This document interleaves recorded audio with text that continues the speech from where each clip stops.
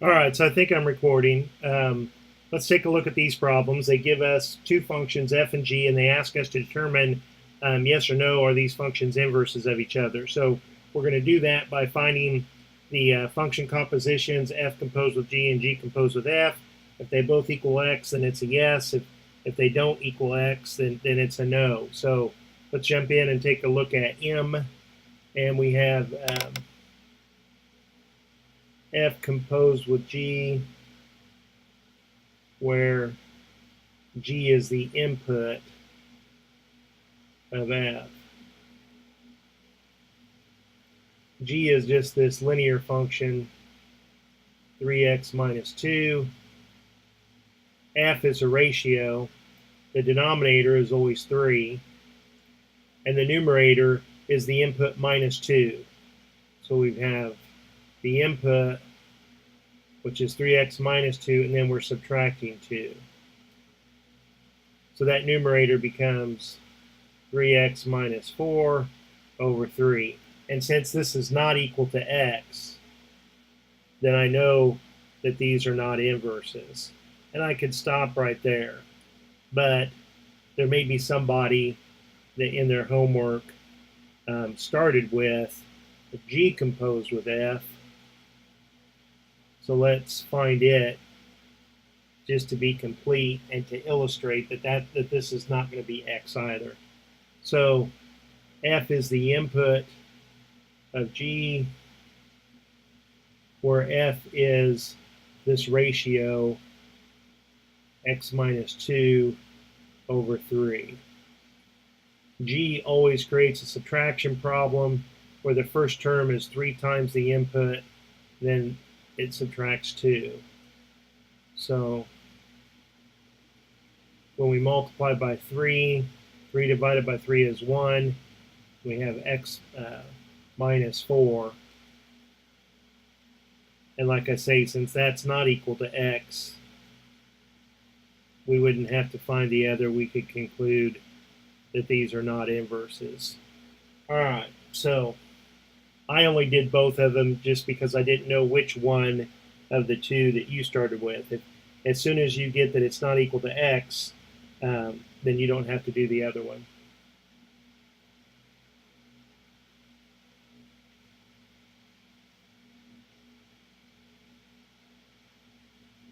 So let's do this middle one, this a. Let's start out and find f composed with g, where g is the input for f. G is this ratio, x plus 2 over 3, and f always is a linear function. F always creates a subtraction problem. It's 3 times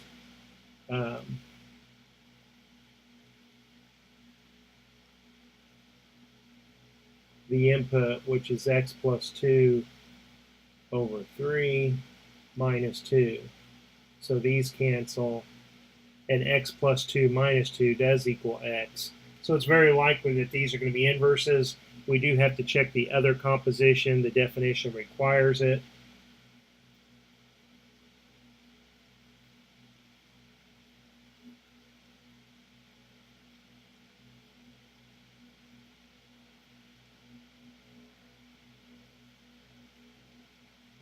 F is the input for g. F is 3x minus 2. G always creates a ratio where the denominator is 2 and the numerator is the input plus 2. So this is 3x minus 2 plus 2. Whoa. G always divides by 3. Look, I copied that down wrong.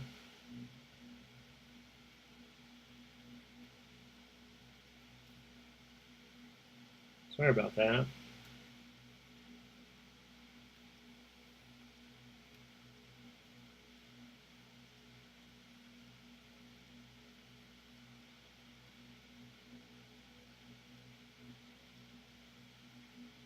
All right, so this numerator, the negative 2 and positive 2 cancel. What? Did I do it again? I did. This says 3, and I keep writing 2. All right. So 3x divided by 3 is x. Hey. Um, all right. So we conclude that these are inverses of each other. Sorry about that. All right. Let's take a look at this O and see if I can't do a little bit better. Maybe not.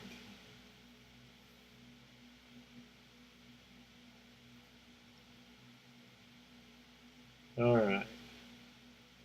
So let's find F composed with G.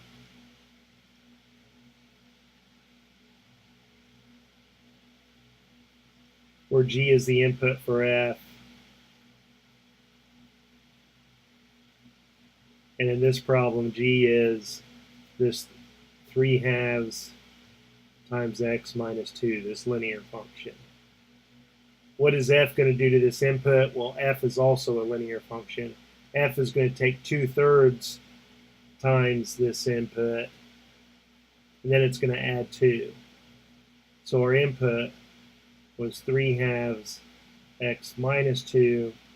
If we distribute this, the 2/3 and 3 halves are reciprocals, so they multiply to 1, and now we have minus 4/3, and then I'm going to write 2 as 6 divided by 3, and I have x plus 2/3.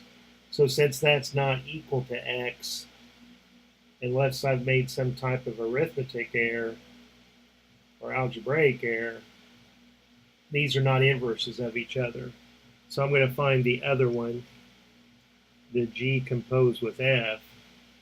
If for some reason I would get x on this one, then there's an error somewhere. Then I've made an error if that happens. And unfortunately, I wouldn't know which one had the error. I'd more or less just have to start over. F is 2/3 x plus 2. And G takes the input. G takes 3 halves times the input and subtracts 2. So I have 2/3 x plus 2. If I distribute this 3 halves, since these are reciprocals, their product is 1. And this time, this 2 and that 2 cancel. And when this 3 halves times the second term, I just get 3. 3 minus 2 is 1. And since that's not equal to x, I conclude what I'd already concluded before is that they are not inverses. All right, so I hope that helps, and I'll talk to you later. Bye.